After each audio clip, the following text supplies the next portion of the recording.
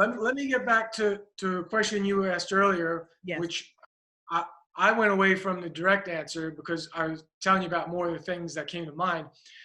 But I want to go back to so I learned how to be a prosecutor in Pittsburgh, and I had a pretty broad amount of discretion with how to resolve cases. My supervisors saw that I quickly got a grasp of what's fair, what's not, what we need to focus on, what we don't. And I didn't need to ask a supervisor every time I wanted to drop a charge or make a plea bargain or resolve a case that I thought was more fairly. Okay. Okay. So I love the work. I thought it was great. I was proud of what I was doing. Then my wife graduated her program. We wanted to start a family. My parents lived down here. Her parents lived in Florida. So we moved back to Florida. A friend of mine was working at the state attorney's office here and said, "Hey, if you enjoy the work as a prosecutor, come and work with me." And I said, "You know what? I want to do that. I really like the work. I didn't get I wasn't sick of it. I want to keep doing this." So I started with the state attorney's office. And immediately I felt that, I was in a different kind of world. Why do you say The that? way the office worked, the cases I had to handle, and everything felt like it was not efficient. It was not smooth. It could be done a lot better. We had many more cases here, and that's expected because there's more people. But we also had a much bigger office, and there were a lot of cases that could have been resolved quickly and efficiently and effectively and justly, where we could focus our resources on the cases that need to be addressed. But it seemed to me like the way the office was we have an unlimited amount of resources to prosecute everything, and if the check marks are filled on a case, then we need to prosecute it. And the only way we're going to drop a charge, not even a case, but a charge, is if there is a legal basis. And if there is, you have to talk to a supervisor, you have to get approval, and then you have to write a memo justifying the legal reasoning for dropping this charge. And to me, it was like, this is insane. Mm-hmm. So right away, I started looking around. I was like, this has got to change. This is not effective and efficient. What I understood as a plea bargain was you got arrested on 3 or 4 charges. I would say, plead to the top charge. Here's the offer. We're going to drop the other charges. The defendant felt like they were getting a deal.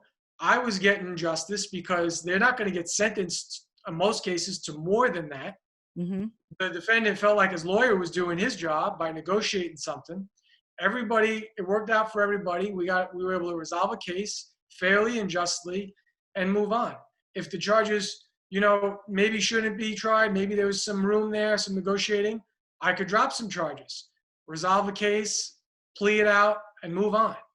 And then when I came here and I tried to do that, my very first day, my very first case, guy was charged with marijuana and possession of marijuana and possession of paraphernalia. I said, plead to the possession of marijuana. We'll drop the paraphernalia charge. It was a felony marijuana possession or misdemeanor marijuana? No, this was misdemeanor. Okay. And, I'll give you a withhold on it, court costs. And I got back to my office that day. My supervisor says, you can't do that. There's no such thing as a free crime. I said, well, what are you talking about? It's not a free crime. Who's going to get the same sentence? You can't drop anything, not even a charge, unless you get supervisor approval. You write a memo, legal basis. I was like, well, this doesn't make any sense to me. So for the marijuana cases, I'm sure you might know this because you're an attorney, but for any drug case in Florida, if you're adjudicated misdemeanor, felony, you're getting your driver's license suspended for 6 months. Yes. So for me, as the misdemeanor level, every single case I ever prosecuted, possession of marijuana, was a withhold and court costs. It's the lowest I could do without dropping the case, which I couldn't do unless there was a legal basis. And there, you'd have to pay $303 worth of court costs. But you wouldn't get your license suspended. And that was a real goal of mine, because if you get your license suspended, Florida is not the place where you could walk to work, walk to school, Get the bus. or take the bus, or take the train. You got to drive everywhere. Yes. So what happens if your license is suspended? Now you're driving. Now you pulled over. Now you're charged with another crime. Yes. It's a crime. Yes. It's not just a ticket. No. Now you have another crime on your record. You're charged with driving with license suspended. With You got to pay with knowledge, because you knew it was suspended from the plea deal. Yeah. Now Yes. you got to pay more fees, more fines, more court costs, and then what happens? You get stuck in this cycle. So when I was handling those cases, I would tell people, go get your license reinstated. If you were charged with your registration you didn't have, or your insurance, that's a crime to drive without your registration. Yes. So I would tell people I came in the courtroom, I was like a social worker. I would tell them, look, go get this fixed. Come back, show me you got it fixed. I'm going to change it from a crime to an infraction. And I'd have to find a correlating infraction.